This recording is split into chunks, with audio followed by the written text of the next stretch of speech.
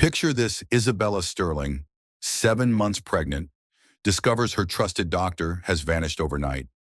In her place stands a new physician with nervous eyes who insists everything is perfectly normal while avoiding every direct question about her test results. But Isabella knows something is terribly wrong. Her headaches are getting worse. Her baby's kicks are getting weaker.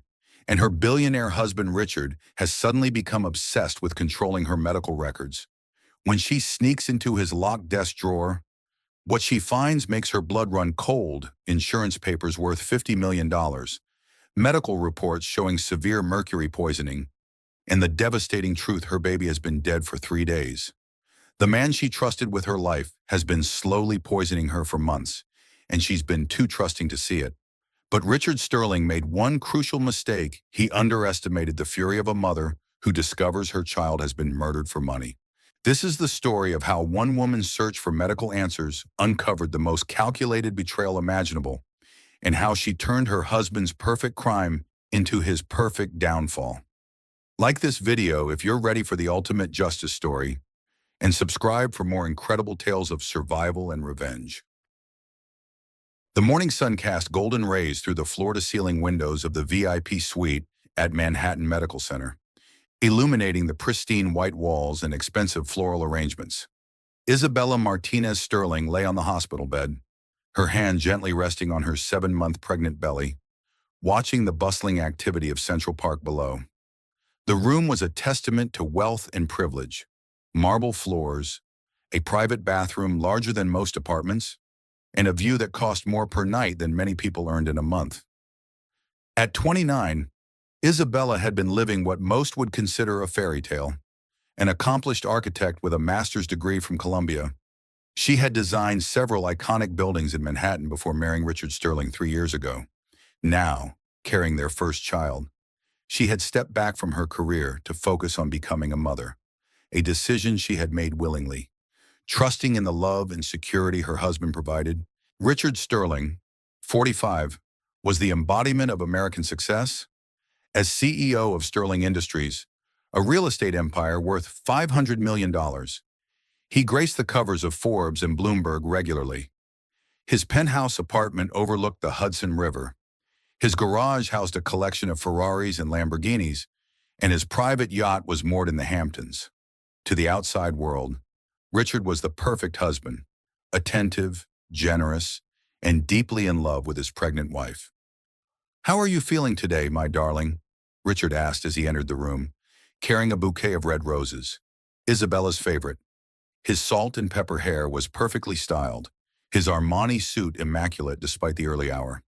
He kissed her forehead tenderly, the gesture practiced and smooth. "The baby's been kicking a lot," Isabella replied, her voice carrying a note of concern. "And these headaches, they're getting worse." "Richard, Dr. Chen said the test results should be back today." Richard's expression flickered for just a moment, so briefly that Isabella almost missed it. "I'm sure everything is fine, sweetheart. You're just tired. Growing a baby is hard work." He squeezed her hand, his grip perhaps a little too tight. "I'll speak with Dr. Chen myself. You know how these doctors can be. They worry about everything." Dr. Amanda Chen, a respected obstetrician in her 40s, had been treating Isabella throughout her pregnancy. Known for her meticulous attention to detail and genuine care for her patients, Dr. Chen had noticed some concerning symptoms in Isabella's recent visits. The headaches, the unusual fatigue, and some troubling blood work results had prompted her to order comprehensive tests. As if summoned by their conversation, Dr. Chen knocked and entered the room. Her usual warm smile seemed strained, and Isabella noticed the tension in her shoulders. "Good morning, Isabella? Mr. Sterling?" Dr. Chen's voice was carefully neutral. "I need to speak with you both about the test results." Richard stood immediately. "Doctor, perhaps we could discuss this privately first. I don't want to worry my wife unnecessarily." "Actually, Mr. Sterling, these are Isabella's medical records. She has every right to—" "Of course," Richard interrupted smoothly. "But as you know, Isabella has been under tremendous stress. Perhaps you and I could review the results first, and then we can decide the best way to present them. Isabella felt a chill run down her spine. Richard, what aren't you telling me, Dr. Chen? Please, it's my body, my baby. I need to know what's wrong. Doctor. Chen looked between husband and wife, clearly uncomfortable. Isabella, there are some irregularities in your blood work that we need to investigate further. I'd like to run some additional tests. What kind of irregularities? Isabella's voice rose with panic. Before Dr. Chen could answer, Richard placed a firm hand on the doctor's arm. Dr. Chen, perhaps you could give us a moment. We'll discuss this as a family first. The doctor hesitated, then nodded reluctantly. I'll be back in an hour. As she left, Isabella caught a glimpse of something in her eyes. Was it fear once they were alone?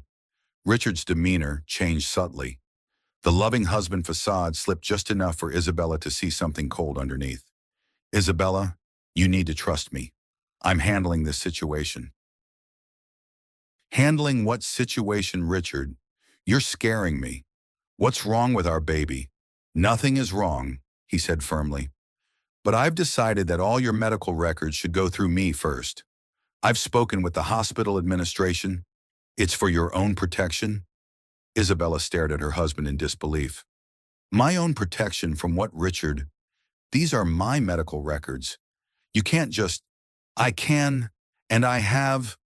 His voice carried a finality that brooked no argument. I've made a substantial donation to this hospital. Isabella, they understand the importance of discretion. That night, alone in her hospital bed, Isabella couldn't shake the feeling that something was terribly wrong. Richard had left for a business dinner, but she'd overheard him on the phone earlier, speaking in hushed tones about handling the situation and making sure she never finds out. Unable to sleep, Isabella made her way to the nurse's station, hoping to find Dr. Chen. The hallways were dimly lit, and the usual bustle of the day had given way to the quiet efficiency of the night shift. She found Dr. Chen in her office, but the doctor wasn't alone. Through the partially open door, Isabella could hear voices. Richard's voice, cold and authoritative, and Dr. Chen's, strained and defensive. Dr. Chen, let me make this very clear, Richard was saying. My wife is not to see those test results. Ever. Is that understood? Mr. Sterling, this is highly irregular. Isabella has a right to know about her own medical condition. The levels we found, they're dangerous. She needs immediate treatment. She needs what I say she needs. I've made my position clear to the hospital board. Your funding depends on your cooperation. Isabella's blood ran cold. She pressed herself against the wall, straining to hear more. But the baby, Dr. Chen's voice broke. The baby is no longer your concern. Neither is my wife's. Curiosity about her condition. You will tell her everything is normal, that she just needs rest. And those records you showed me, they disappear permanently. Isabella heard the sound of papers rustling, then Richard's voice again, even colder than before. Dr. Chen, I trust we understand each other. My wife is a very emotional woman. Learning about complications could cause her to do something rash. We wouldn't want that, would we? There was a long pause before Dr. Chen replied, her voice barely above a whisper. I understand. Mr. Sterling. Isabella stumbled back to her room, her mind reeling. What complications was Richard hiding from her? What was wrong with her baby, and why would her own husband, the man she loved and trusted above all others, conspire to keep vital medical information from her as she lay in bed? Isabella felt her baby kick weakly, weaker than usual. She placed both hands on her belly, tears streaming down her face. What's happening to us? Little one, she whispered. What is Daddy hiding? Outside her window, the lights of Manhattan twinkled like stars, but Isabella had never felt more alone or frightened. The perfect life she thought she was living was crumbling around her, and she didn't even know why. The next morning brought more disturbing revelations. When Isabella asked to see Dr. Chen, she was told the doctor was unavailable. A new physician, Dr. Harrison, introduced himself as her new attending physician. "Where's Dr. Chen?" Isabella demanded. "Dr. Chen has been reassigned to other duties," Dr. Harrison replied evasively. "I'll be handling your case from now on." When Isabella pressed for details about her test results, Dr. Harrison smiled blandly. "Everything looks perfectly normal, Mrs. Sterling. You just need to rest and avoid stress." But Isabella knew he was lying. She could see it in his eyes, in the way he avoided her direct questions, in the nervous energy that surrounded him. Whatever Richard was hiding, it was serious enough to make doctors lie and disappear. That afternoon, while Richard was supposedly at work, Isabella discovered something that made her stomach drop. Hidden in the flowers Richard had brought that morning, she found a small recording device. Her husband was monitoring even her private conversations. As the pieces began to fall into place, Isabella realized with growing horror that she wasn't a patient in this hospital. She was a prisoner, and the man she had loved and trusted with her life was her captor. The question that haunted her as she stared out at the city below was simple yet terrifying: if Richard was willing to go this far to hide her medical records. What exactly was he hiding? And what did he plan to do to ensure his secret stayed buried forever? Little did Isabella know that hundreds of miles away, a woman was already working to uncover the truth. A truth so devastating that it would destroy Richard Sterling's empire and change Isabella's life forever. 3 days later, Isabella was discharged from the hospital with strict orders to rest at home, but home had become another prison. The penthouse that once felt like a palace now felt like a gilded cage, complete with guards disguised as medical staff. Richard had hired 2 private nurses, stern-faced women named Margaret and Susan, who followed Isabella's every move. They monitored her phone calls, restricted her internet access, and reported her daily activities to Richard. When Isabella protested, Richard's response was smooth but firm. "Darling, you're carrying our precious child. After what happened at the hospital, I can't take any chances with your health. These ladies are here for your protection." Protection from what? Isabella had demanded. But Richard's only response was that patronizing smile that made her skin crawl. Isabella's isolation was nearly complete. Her friends were told she was on bed rest and couldn't receive visitors. Her family in California was informed that she was doing wonderfully, but needed quiet time. Her phone calls were monitored, her emails read, and her movements within the penthouse tracked. But Richard had underestimated his wife. Isabella might have been trapped physically, but her mind was sharp and desperate. She began to notice patterns in her guards' routines, moments when their vigilance might slip. More importantly, she started to piece together the fragments of conversations she overheard, the nervous glances between the nurses, and the way Richard's behavior had subtly changed. The breakthrough came on a rainy Thursday evening. Margaret had stepped out to receive a grocery delivery, and Susan was in the kitchen preparing Isabella's dinner, a special meal that Richard insisted be prepared exactly to his specifications. Isabella seized the moment to slip into Richard's home office.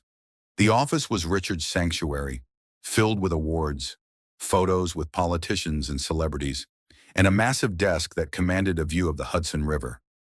Isabella had always been welcome here before, but now she felt like an intruder in her own home. Her hands shook as she rifled through Richard's papers, not sure what she was looking for, but knowing she would recognize it when she found it. Bank statements, business contracts, correspondence with lawyers. Nothing seemed out of the ordinary until she reached the bottom drawer of his desk. The drawer was locked, but Isabella remembered Richard keeping a spare key taped under the desk from his paranoid business dealings.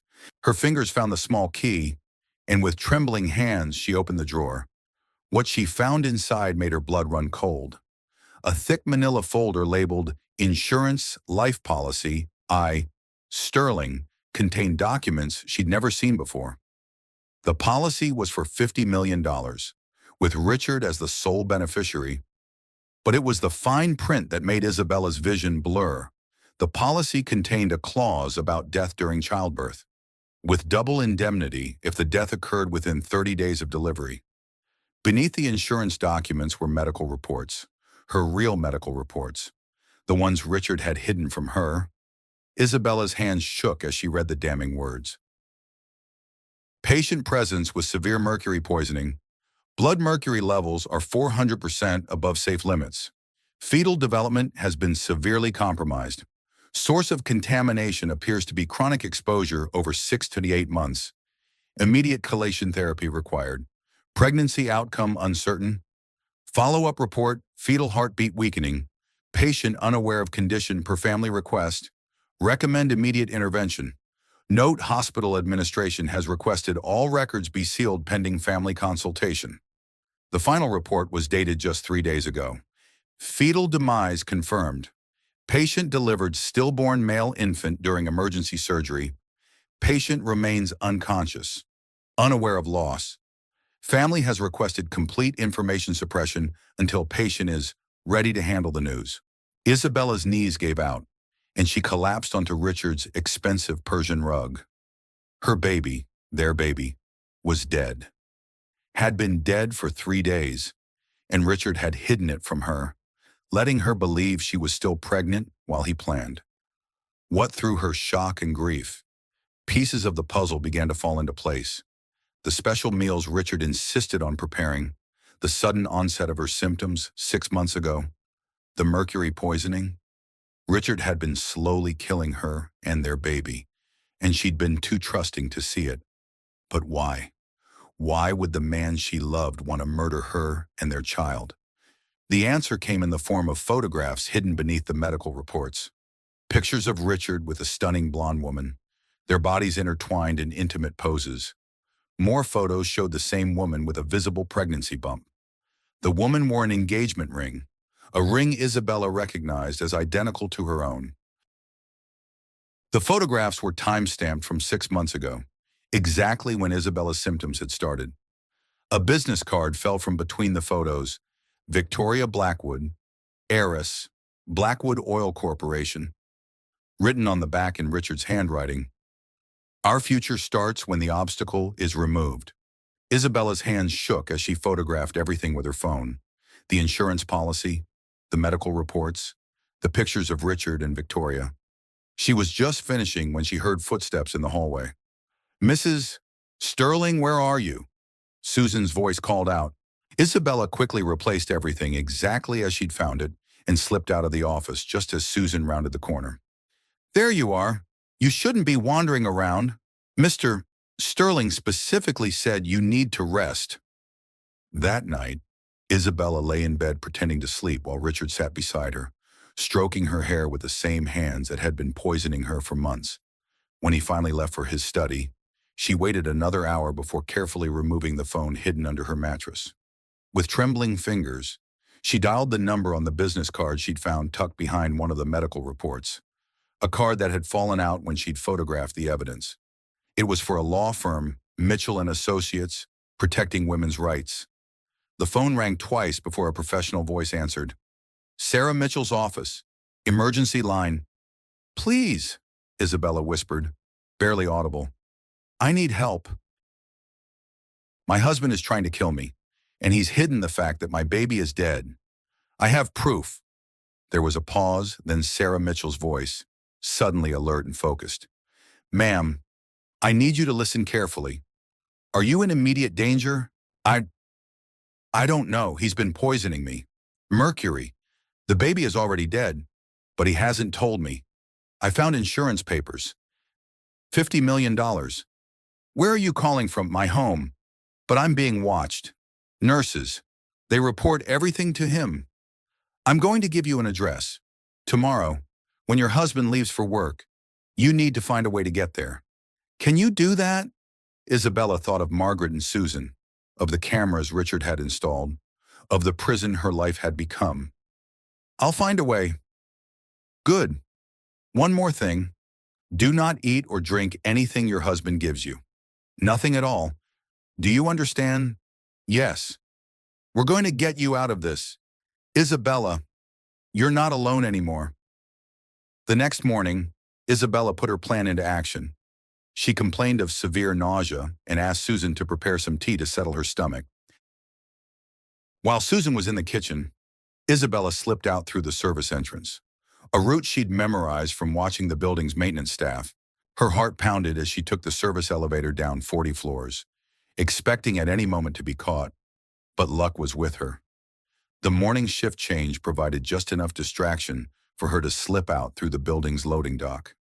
20 minutes later, Isabella sat in Sarah Mitchell's office, a cramped but warm space filled with case files and legal books. Sarah herself was a woman in her late 30s with steel gray eyes and the bearing of someone who'd fought many battles and won most of them. "Show me what you found," Sarah said without preamble. Isabella pulled out her phone, her hands still shaking as she scrolled through the photographs. Sarah's expression grew darker with each image. "My God," Sarah breathed as she read the medical reports. "Isabella, do you understand what this means? Your husband didn't just commit adultery.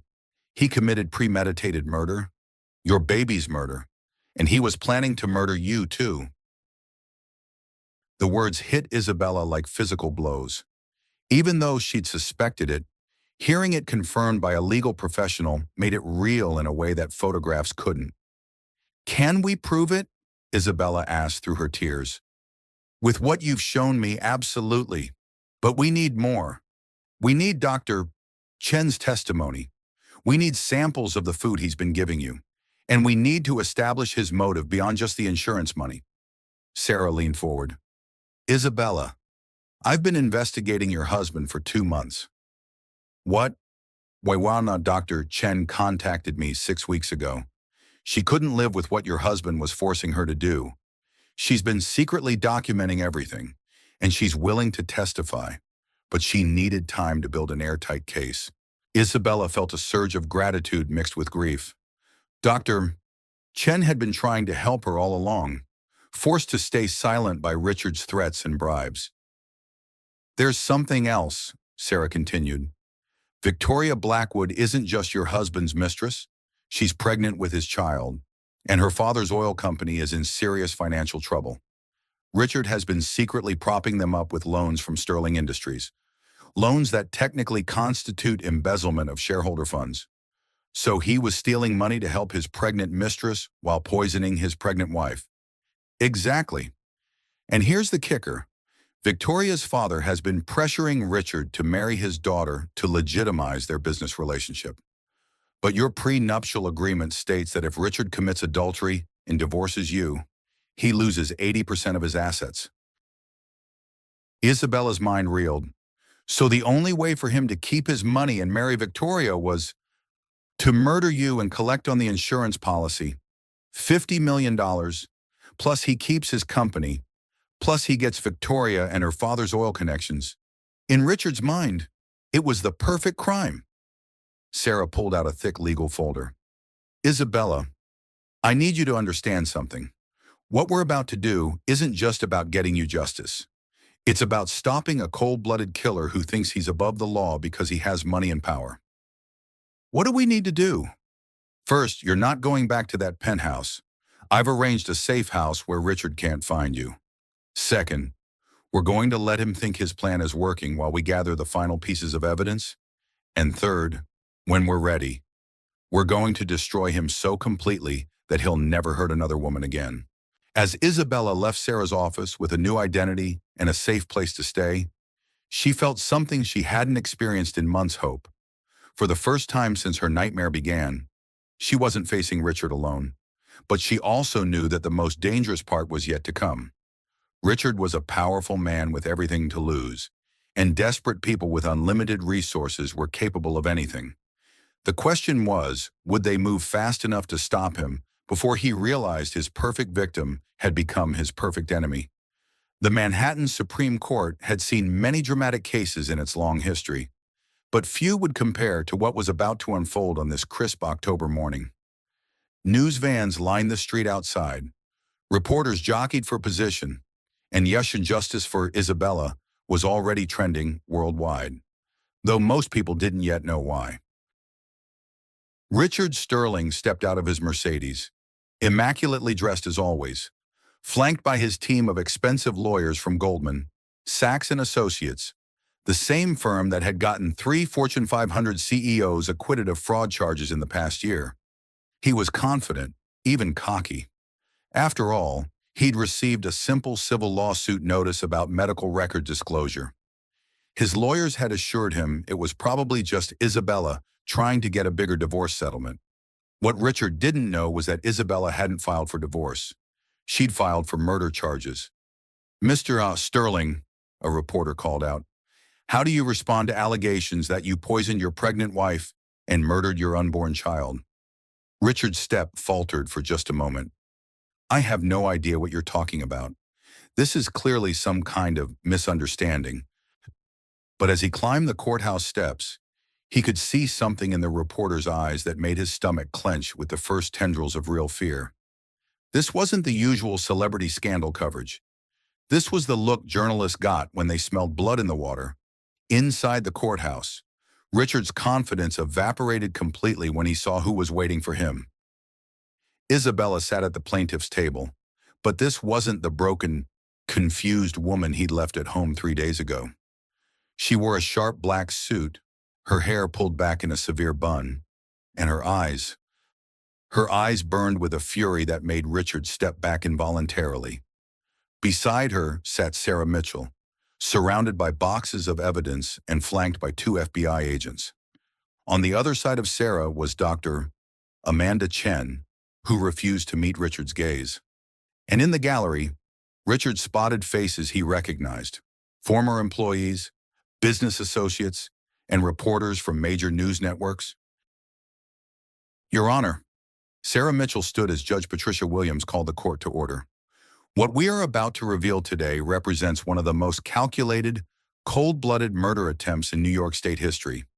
The defendant, Richard Sterling, systematically poisoned his pregnant wife with mercury over a period of 6 months, resulting in the death of their unborn child and nearly killing Mrs. Sterling herself." Richard's lawyer shot to his feet. "Your Honor, this is completely—" "Mr. Davidson," Judge Williams interrupted. "You'll have your chance to respond. Please continue." "Ms. Mitchell." Sarah walked to the center of the courtroom, her voice carrying clearly to every corner. "We will prove that Mr.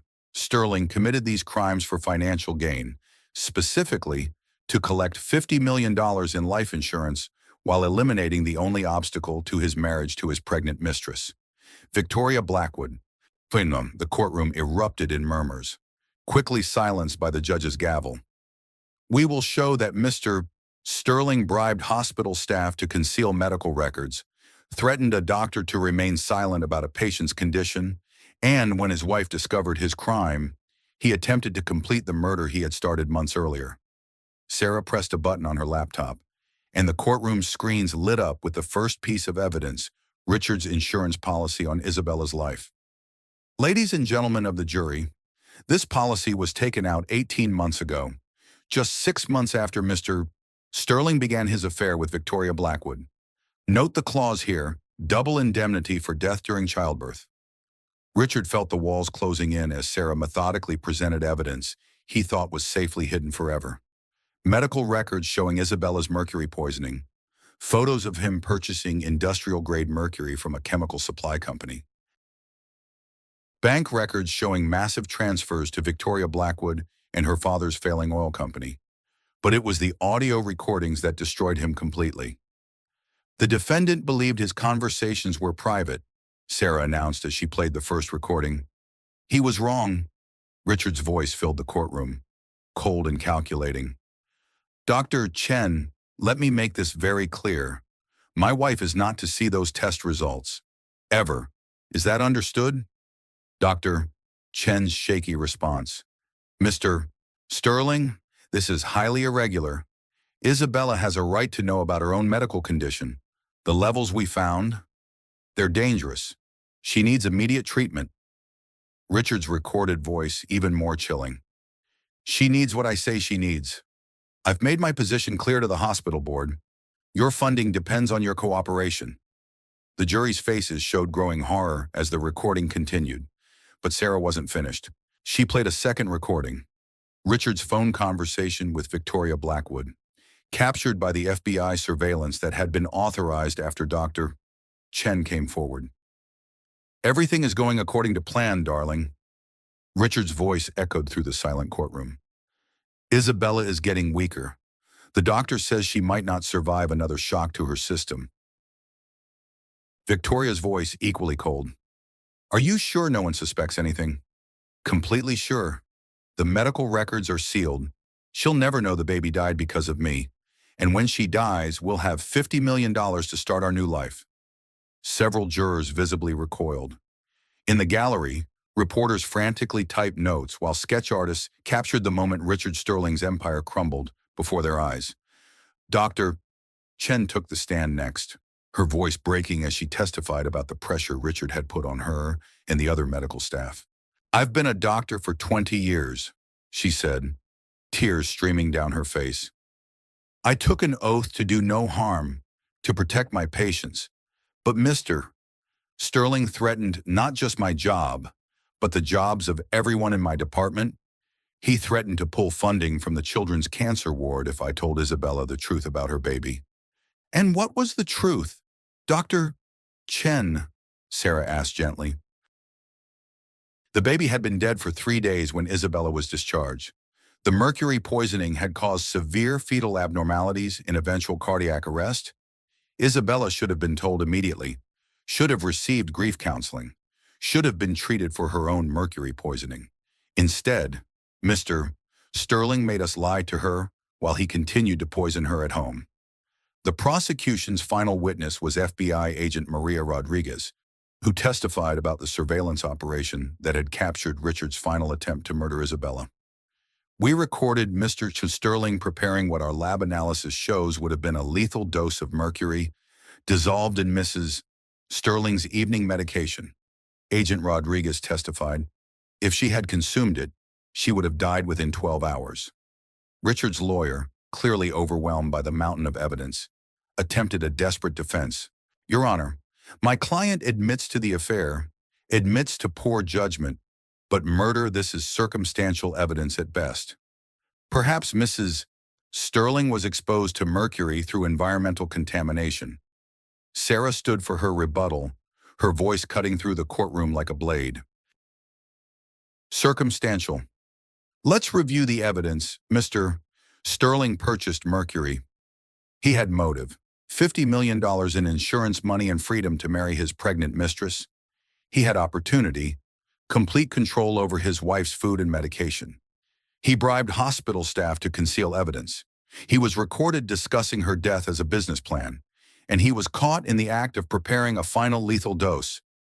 She turned to face Richard directly, her voice rising with righteous fury. "This man didn't just commit adultery. He didn't just lie. He systematically murdered an innocent child and attempted to murder the child's mother for money. He corrupted medical professionals, threatened witnesses, and showed not one moment of remorse when confronted with his crimes." The jury deliberated for less than 2 hours. "Has the jury reached a verdict?" Judge Williams asked. "We have, Your Honor," the foreman replied, his voice steady and clear. "On the charge of first-degree murder of baby Sterling, we find the defendant guilty. On the charge of attempted first-degree murder of Isabella Sterling, we find the defendant guilty. On the charge of insurance fraud, we find the defendant guilty. On the charge of witness intimidation, we find the defendant guilty." The courtroom exploded. Richard collapsed into his chair as if he'd been shot, his face ashen and his hands shaking. In the gallery, reporters rushed to file their stories, while photographers captured the moment a powerful man realized he'd lost everything. Judge Williams called for order, then delivered the sentence that would echo around the world. "Mr. Sterling, in my 30 years on this bench, I have rarely encountered such calculated evil. You murdered your own child and attempted to murder your wife for money. You corrupted the medical profession and made a mockery of the trust that marriage represents. I hereby sentence you to life in prison without the possibility of parole for the murder of your child, plus 25 years for attempted murder, plus 10 years for fraud and witness intimidation. These sentences are to run consecutively, not concurrently." Richard Sterling, once worth $500 million, would spend the rest of his life in prison, but the judge wasn't finished. Furthermore, I am ordering the immediate seizure of all assets belonging to Sterling Industries and Mr. Sterling personally. These assets will be liquidated, with proceeds going to Mrs. Sterling as compensation for her suffering and to establish a foundation for victims of domestic violence. As Richard was led away in handcuffs, Isabella felt something she hadn't experienced in months, a sense of peace. Justice had been served. But more than that, she had found her voice again. She was no longer a victim. She was a survivor, and she was just getting started. 6 months after the trial that captivated the world, Isabella Martinez, she had legally reclaimed her maiden name, stood in the penthouse office of what was once Sterling Industries. The company had been renamed Phoenix Enterprises, symbolizing her own rebirth from the ashes of Richard's betrayal. The transformation was remarkable. Where Richard had hung photographs of himself with politicians and celebrities, Isabella had installed artwork by women who had overcome trauma. The cold marble and steel of Richard's aesthetic had been replaced with warm woods and living plants. The office felt like a place of healing rather than exploitation. "Mrs. Martinez," her assistant announced over the intercom. "The reporter from Time magazine is here for your interview." Isabella smoothed her navy blue dress and checked her reflection in the window. The woman looking back at her was different from the naive architect who had trusted blindly in her husband's love. This woman had eyes that had seen evil and survived it. This woman had a strength forged in the fires of betrayal and loss. The reporter, Maria Santos, was a Pulitzer Prize winner, known for her in-depth profiles of inspiring women. She entered with a warm smile and a recording device. "Mrs. Martinez, thank you for agreeing to this interview. The world wants to know, how do you rebuild your life after such a profound betrayal?" Isabella gestured for Maria to sit in one of the comfortable chairs by the window. "You don't rebuild, Maria. That implies going back to what was before. Instead, you build something entirely new, something stronger, something that can never be destroyed by another person's choices. Tell me about the foundation." Isabella's face lit up with genuine passion. The Isabella Foundation isn't just about providing legal help to victims of domestic violence, though that's crucial. We're working to change the systems that allowed someone like Richard to nearly succeed. She pulled out a tablet, showing Maria the Foundation's latest statistics. "We've helped over 2,000 women in 6 months. We've funded legal challenges that resulted in 3 major hospitals changing their policies about medical record privacy. We've established safe houses in 12 cities. And the legislative work was the Isabella Act passed in New York last month, and similar bills are being introduced in 43 other states. It makes it a federal crime to withhold medical information from patients, regardless of family pressure or financial incentives." Maria made notes, clearly impressed.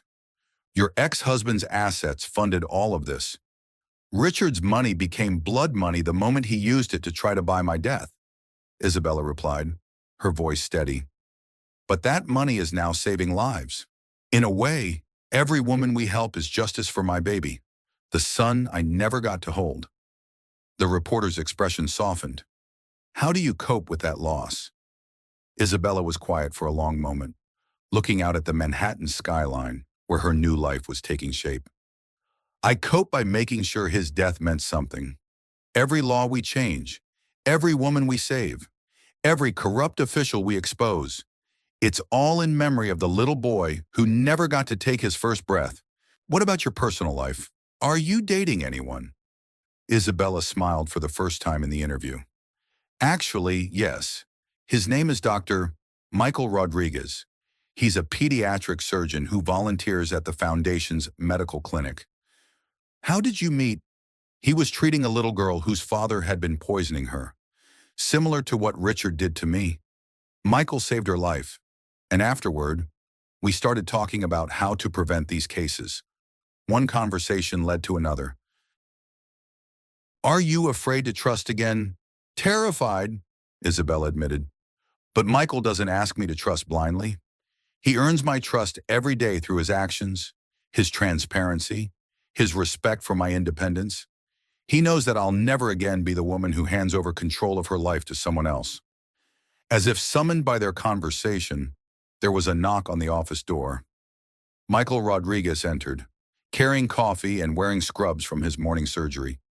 He was younger than Richard, with kind eyes and calloused hands that spoke of a life spent helping rather than exploiting. "Sorry to interrupt," he said, setting down the coffee. "I just wanted to let you know the Peterson girl is awake and asking for you." Isabella's face brightened. "She's okay. More than okay. She wants to be a doctor when she grows up. Says she wants to save other kids like you saved her." After Michael left, Maria asked the question Isabella had been dreading. "Do you ever regret not seeing the signs earlier? Do you blame yourself?" "I used to," Isabella said honestly. "I used to lie awake wondering how I could have been so blind, so trusting. But my therapist helped me understand something important. The person responsible for Richard's crimes is Richard, not me." "What do you mean? Predators like Richard are skilled at manipulation. They choose victims who have positive qualities, trust, loyalty, love, and they weaponize those qualities against us. My ability to love deeply wasn't a weakness, even though Richard exploited it. It was what made me human. And now I love just as deeply, but I love with my eyes open. I trust, but I verify. I support my partner, but I maintain my independence. Richard tried to teach me that love equals vulnerability. Instead, he taught me that love equals strength when it's coupled with wisdom." Maria flipped through her notes. "You've become quite wealthy from the settlement and the business you've built. Some critics say you're profiting from tragedy." Isabella's expression hardened slightly. "Every penny I've earned has gone toward helping other women or building the foundation. I live in a modest apartment, drive a used car, and my biggest luxury is buying books for the foundation's libraries." She stood and walked to a wall covered with thank you letters from women the foundation had helped. "These critics can question my motives all they want, but they can't question the results. 2,000 women are alive today who might not have been. Hundreds of children are safe. Laws have been changed. That's Richard's money working for good instead of evil." What happened to Victoria Blackwood? She was sentenced to 15 years as an accessory to attempted murder. Her baby was born in prison and is being raised by foster parents. Victoria's father disowned her publicly and withdrew all financial support. She went from oil heiress to federal prisoner in 6 months. "Do you feel sorry for her?" Isabella considered this carefully. "I feel sorry for her child, who will grow up knowing his mother tried to murder an innocent woman for money. I feel sorry for the life she could have lived if she'd made different choices. But do I feel sorry for her personally? No. She knew exactly what Richard was doing, and she encouraged it." As the interview wound down, Maria asked one final question. "If you could go back and change things, prevent meeting Richard, avoid the pain you went through, would you?" Isabella was quiet for a long time, absently touching the small pendant she wore, a silver baby shoe that represented the son she'd lost. "That's the question I ask myself every day," she said finally. "And my answer is no, I wouldn't change it. Really, the woman I was before Richard was naive, sheltered, privileged. She designed beautiful buildings but never questioned the systems that made her lifestyle possible. She loved deeply but never fought for anything meaningful." Isabella gestured around the office, at the photos of women they'd helped, at the legal documents that represented laws they'd changed. "The woman I am now, she's fought evil and won. She's turned tragedy into triumph. She's saved lives and changed laws. She's found love again. But this time it's a love between equals, not between a predator and prey. My baby's death will always be the worst thing that ever happened to me. But everything I've built from that tragedy, every woman we've saved, every law we've changed, every corrupt official we've exposed, that's his legacy. He may not have lived, but his death is saving other children. Richard thought he could destroy me and profit from my destruction. Instead, he created his own worst nightmare, A woman with unlimited resources, ironclad motivation, and nothing left to fear. As Maria packed up her equipment, Isabella walked to the window overlooking Manhattan. Somewhere in a federal prison, Richard Sterling was discovering what powerlessness felt like. Victoria Blackwood was learning that actions have consequences, and Dr. Chen, cleared of all charges in exchange for her testimony, was back to practicing medicine, this time with a renewed commitment to patient advocacy. But Isabella wasn't thinking about any of them. She was thinking about her future, the foundation that would outlive her, the laws that would protect women for generations, and the little girl in the hospital who wanted to be a doctor. "One more question," Maria called out as she reached the door. "What's next for Isabella Martinez?" Isabella smiled, and for the first time since the interview began, she looked truly happy. "Michael asked me to marry him last week, and I said yes. But this time, I'm keeping my own name, my own bank accounts, and my own medical records. And our prenup specifies that everything goes to the foundation if anything happens to me. Trust but verify, exactly. Love with eyes wide open." As Maria left, Isabella stood alone in her office, looking out at the city she was helping to change. Richard had tried to write her story as a tragedy, the trusting wife who died for money. Instead, she had written her own story as a triumph, the woman who turned her greatest loss into her greatest victory. Her phone buzzed with a text from Michael. "Surgery went perfectly. Home in an hour. Love you." Isabella smiled and typed back, "Love you too. Can't wait to hear about your day." It was such a simple exchange, but it represented everything Richard had tried to destroy and everything she had fought to rebuild.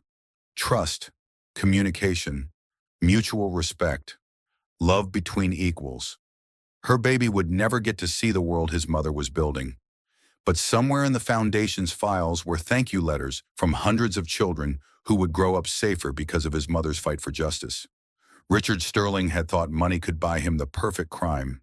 Instead, his victim had used his own wealth to fund the perfect justice. And Isabella Martinez, survivor, advocate, and phoenix risen from the ashes of betrayal, was just getting started. 5 years later, Isabella Martinez Rodriguez stood at the podium of the United Nations, addressing delegates from around the world about domestic violence and medical rights. The Isabella Foundation had grown into a global organization, and the Isabella Act had been adopted by 17 countries. In the audience sat her husband Michael, holding their 2-year-old daughter Sophia, a healthy, happy child who would grow up knowing that her mother had fought monsters and won. In a federal prison, Richard Sterling had grown old before his time, his appeals exhausted, his empire a memory. Sometimes other inmates would ask him about his famous case. He would tell them he had once been married to the most powerful woman rights advocate in the world. What he never told them was that he had created her. And somewhere in Manhattan, in a small memorial garden behind the foundation's headquarters, a marble stone bore a simple inscription, "Baby Sterling, gone too soon, but never forgotten. Your mother's love changed the world." The story of the millionaire who tried to destroy his pregnant wife had become the legend of the woman who refused to be destroyed, and her fight for justice continued to echo around the world, saving lives that Richard Sterling would never even know about. Sometimes the best revenge isn't revenge at all. Sometimes it's justice. And sometimes, when you think evil has won, a phoenix rises from the ashes and shows the world what true strength looks like. Isabella had learned that love isn't about trusting blindly. Love is about building something so strong that no betrayal can destroy it. And in the end, that's exactly what she did.